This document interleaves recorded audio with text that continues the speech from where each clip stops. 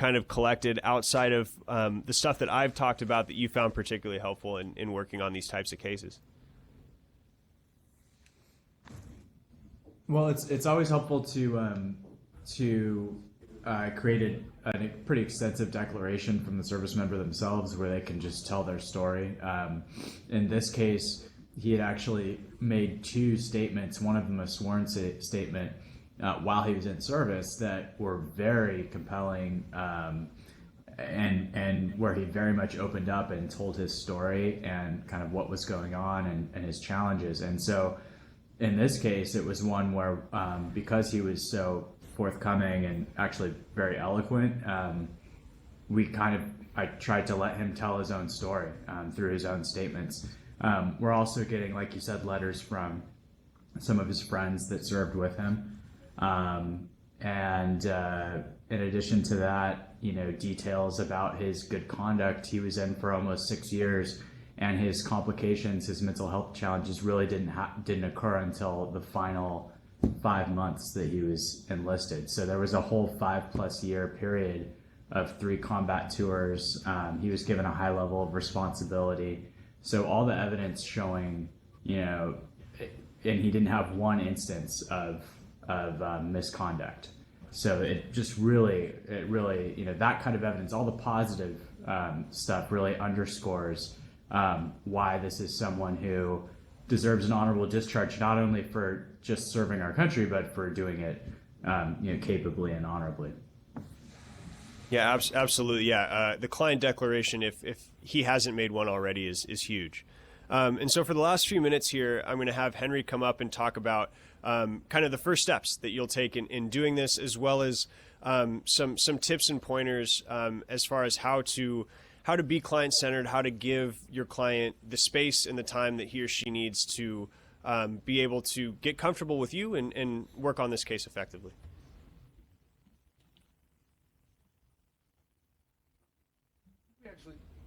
I think we actually covered a significant portion of these first couple slides. So like John said, by and large, you're going to have we will have requested documents and receive them and provide them to you. Certainly you want to interview the client, build rapport, start working on that declaration, and then look to complete the record with things like buddy statements from families, and letters of support from post-service medical professionals.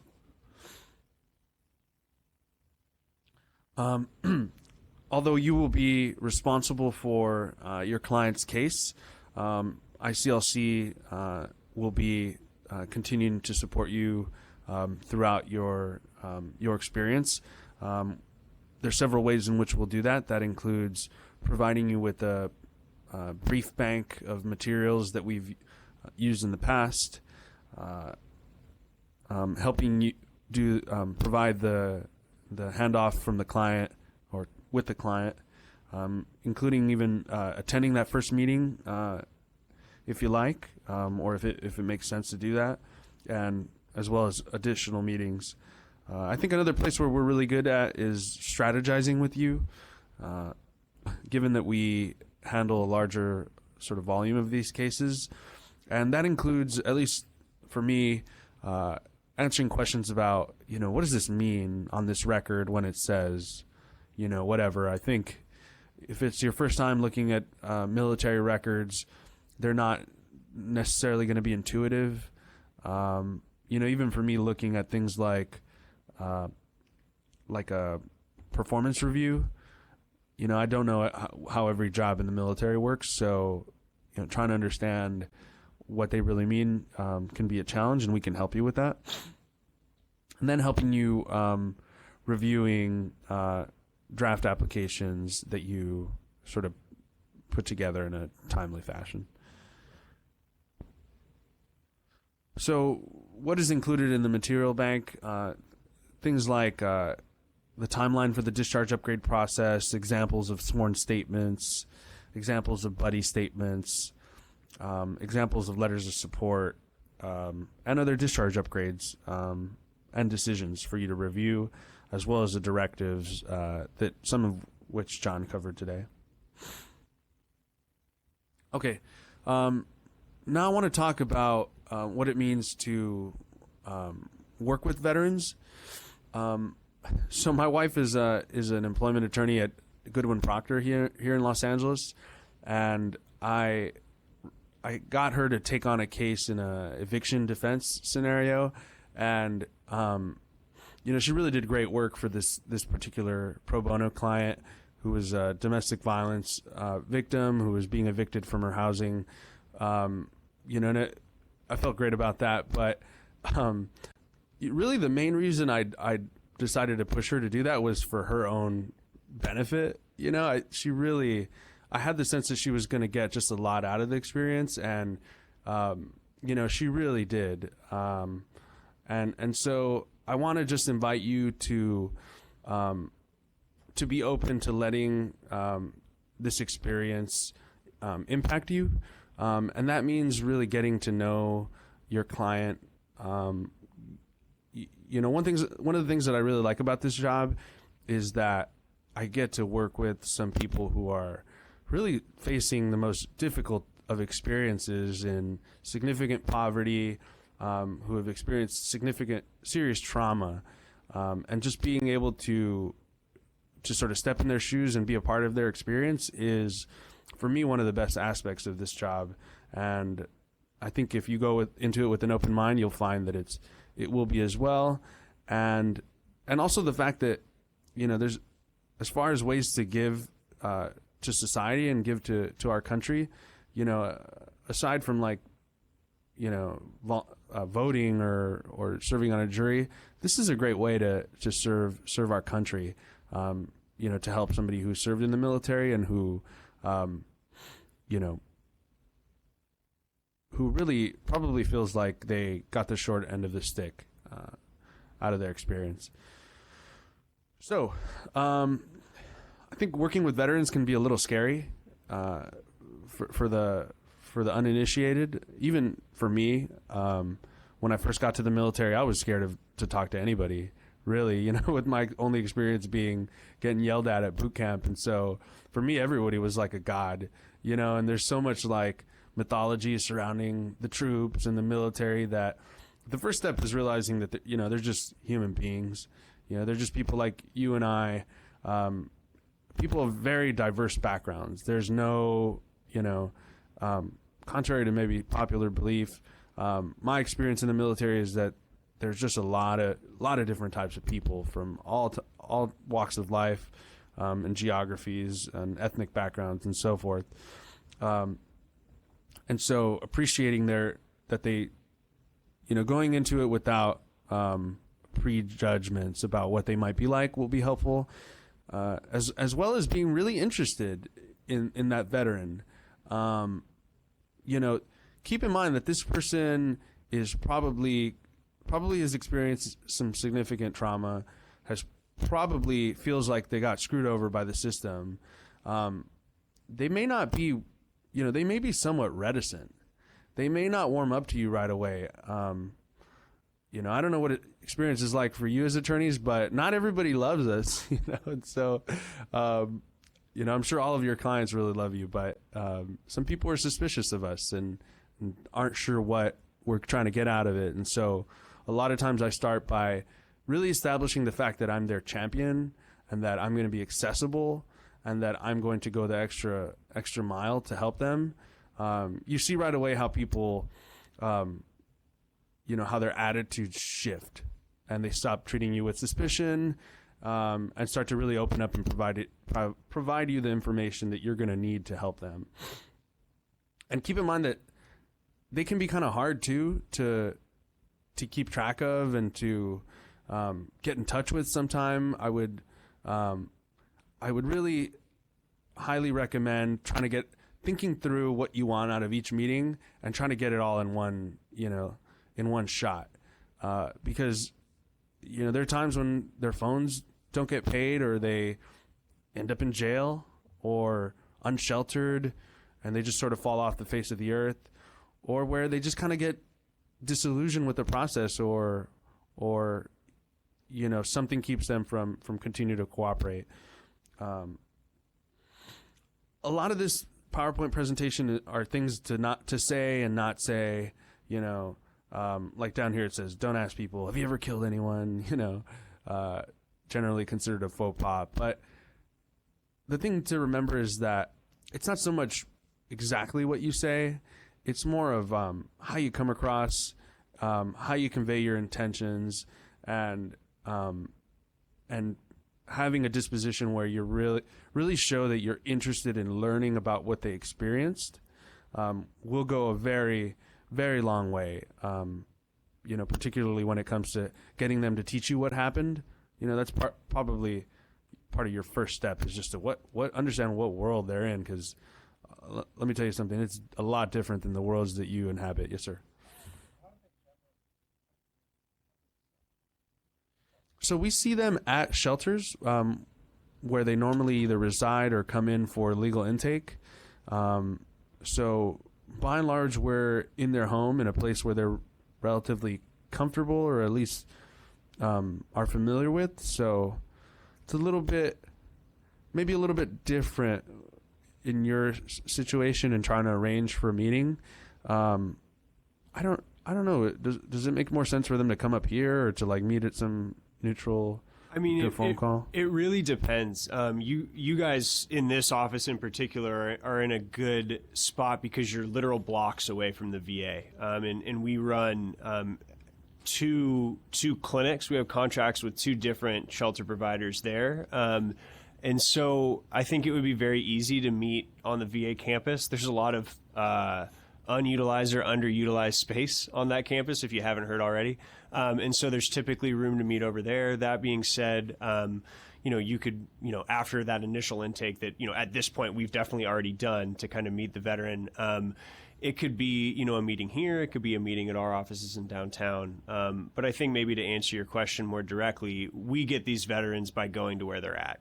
We have relationships with the shelters that they're staying at, and set up monthly, if not more frequent, clinics to do, new intakes with vets, both on discharge upgrade issues as well as VA issues, housing issues, criminal issues, kind of all the other stuff that we do. Yeah, thanks, John. That's a great answer. The last thing on this slide is you're going to talk to people who have experienced killing and death, potentially. I mean, this is not the case with every person, but a lot of people will have experienced these events, and you can't get around talking about them, because that is, by and large, the story that you need to convey. So keeping in mind that it may take multiple times to get get the full story, is helpful, as well as really letting them take it on their terms. A lot of times I try to say, hey, look, we're going to have to talk about some pretty serious stuff that you experienced, to have success in this application, but I don't want you to feel like you have to force it on my, for me. If you feel like it's too much, we can stop. We can break this up, or we don't have to talk about that right now. So giving them the option to break it up is helpful.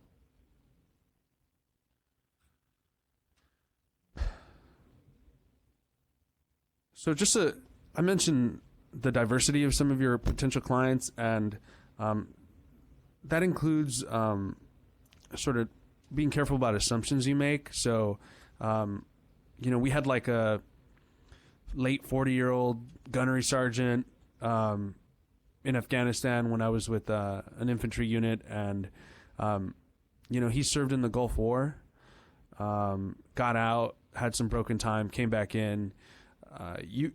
If you saw him, you might think he was during the Cold War.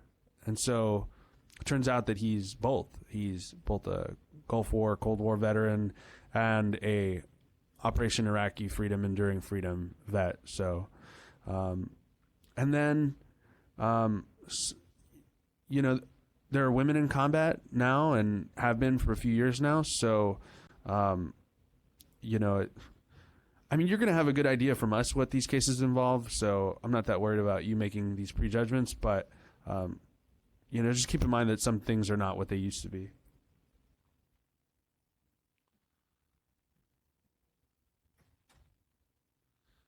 Okay. The one area that I would be careful is like not calling Marine soldiers and soldiers Marines or sailors something else. Just know your nomenclature on that one. Nothing upsets a Marine more than being called a soldier. So, yeah, Coast Guardsman, airman, airwoman, sailor, Marine, soldier. Pretty simple stuff. So some helpful advice for working with survivors of trauma. Like it says here, there's no real normal response. Like, normal is just a setting on the dryer. It's really every person is going to react differently to traumatic experiences.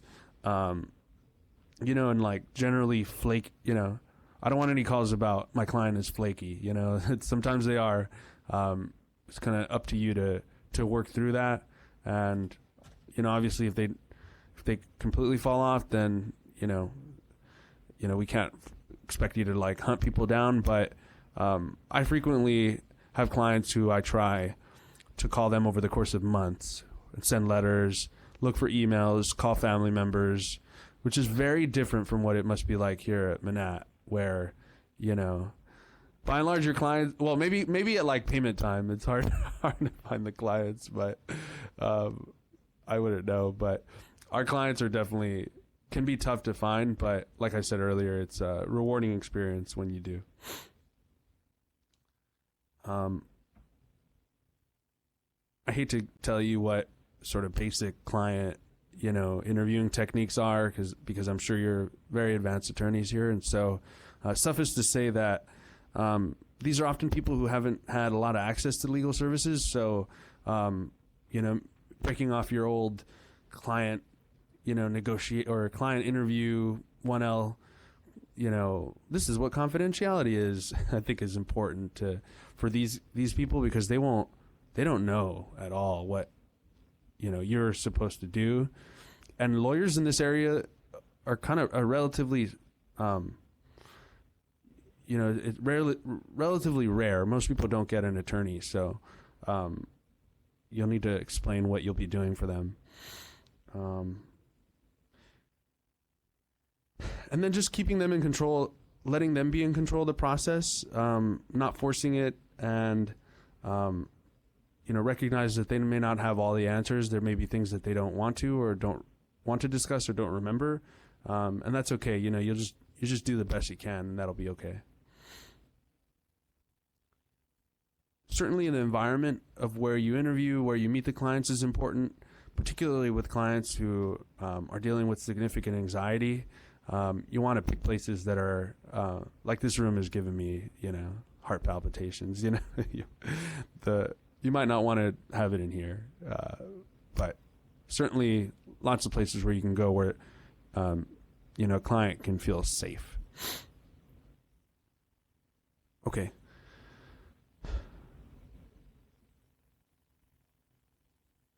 Yeah, I don't think we really need to go into this in too much detail. Obviously, everybody knows you want to take an open, approach to questioning. You want to really give the client a chance to lay it out there and talk. And just the one thing I'll repeat is that at least I found as a prosecutor and in other jobs I had in the Marine Corps as an investigator and otherwise, that it's really the multiple interview that sort of does the trick. You only get part of the story the first time. So for my client declarations, we'll go through multiple rounds of back and forth, and lo and behold, more and more information always comes out. The only challenge is I never finish them because they're always giving me more detail, but that's a good challenge.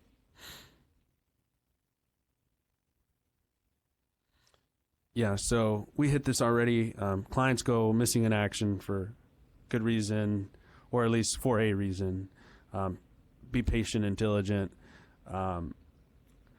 there are going to be bad facts. We wouldn't give you these cases if they were easy. We also wouldn't give you these cases if they didn't have merit. So,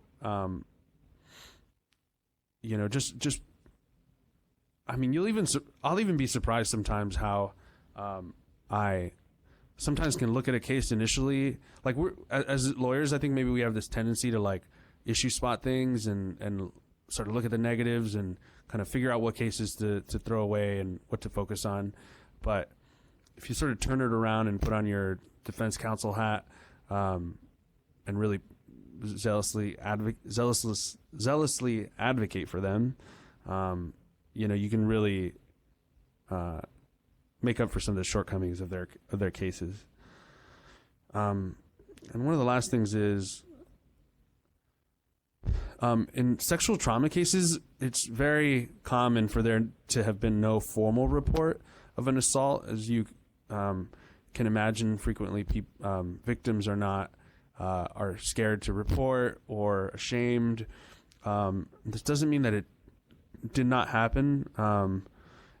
You'll have to advocate on their behalf in other ways. The good news is there I think is increasing, reporting because of changes that the military has made.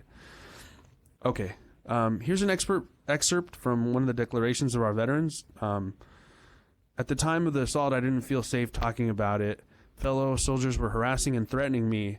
Some of the threats were direct, some were indirect. They would tell me to keep quiet or you never know who's going to get you. They would say that if I went to another duty station, they knew someone there and they could hurt me. Basically, I would never be safe, and they would always get to me no matter where I was.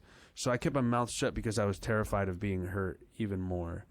Sounds kind of extreme. Just reading it as, with just coming to it cold. But if you understand how units work in the military, it's very like high schoolish. It's you feel like everybody knows, everybody talks. You can't escape it. These are your friends, but they're also your coworkers. They're the people you are around. You live with them. You see them after work. You see them on weekends. In some ways that can be, as much of a stressor or trauma as the original, trauma, and that you got to keep reliving it. And I've had clients who this particular, like, it wasn't the sexual assault that resulted, I think, in their misbehavior. It was not being able to get away from this experience. John, do you want to talk about next steps? And these are the last couple slides, so you're almost free. In the packet that you've got, we've got a kind of a suggested timeline for how you'd want to work on these types of cases, like month 1, months 2 through 4, months 3 through 6, so on and so forth. Obviously, on a case-by-case basis, this is going to look a little different. This is more just a guideline for kind of how you want to hold yourself to working on the client's case. Obviously, if there is a deadline, it'll look different than that. But we want to give this to you because, as we showed in the earlier slides, we're not dealing with, many kind of hard and fast time issues. That being said, we're working with folks whose lives are in very very real ways on hold, or at least unstable until this and potentially a few other issues get resolved. So we understand that this is a long process, but we also want to kind of help you move forward as efficiently and effectively as you can. I know that we have 2 cases today that are ready for placement. I'm not sure exactly how we've done this with Manat in the past. I know that typically we've had a lot of success with attorneys who have wanted to, maybe double or triple up on a case. So I think we'll leave, and maybe Vidya, you can speak to this, but we can leave the cases with you, and then internally, however you guys want to figure out how to work on them, you can. I know, like Henry said, one of them is Henry's client, and then another is Melissa's, who's the director of our Veterans Project at Intercity. Great. So I'll just take another minute to talk about placement. So like they said, we have 2 cases, and maybe what I will do is I will reach out to Scott and Gisela because they know everybody who's done these trainings at your office, who is maybe ready for another case. And one thing I suggest is, if the folks who are at today's training, if everybody wants a case, either those people doubling up or, like for example, each of you take a case and then maybe have somebody who's already worked on one of these, kind of work with you to kind of help and guide you. The way we've done it in the past and the way that it's worked really well is, we will give you the case. You are expected to kind of take the lead with it, and then you will be paired with one of our attorney liaisons. So either Henry or John or one of our other staff attorneys will be working with you through the process. They'll answer your questions. They will review final drafts of things before your briefs are ready to be filed. So you're never going to be just thrown out there and said, and we'll never say, all right, we'll see you in 2 years. Let us know how this works out for you. We want to make sure we're your guides and we are giving you support. But that said, we want you to take the lead. We want you to be the person pushing the case forward. So we hope you decide to take a case very soon. And like I said, we have 2 available. So I'll reach out to Scott and Gisela tomorrow and see who's ready. And then we'll get you guys matched up with cases while this info is still fresh in your head. So thank you. Thank you, Brandon.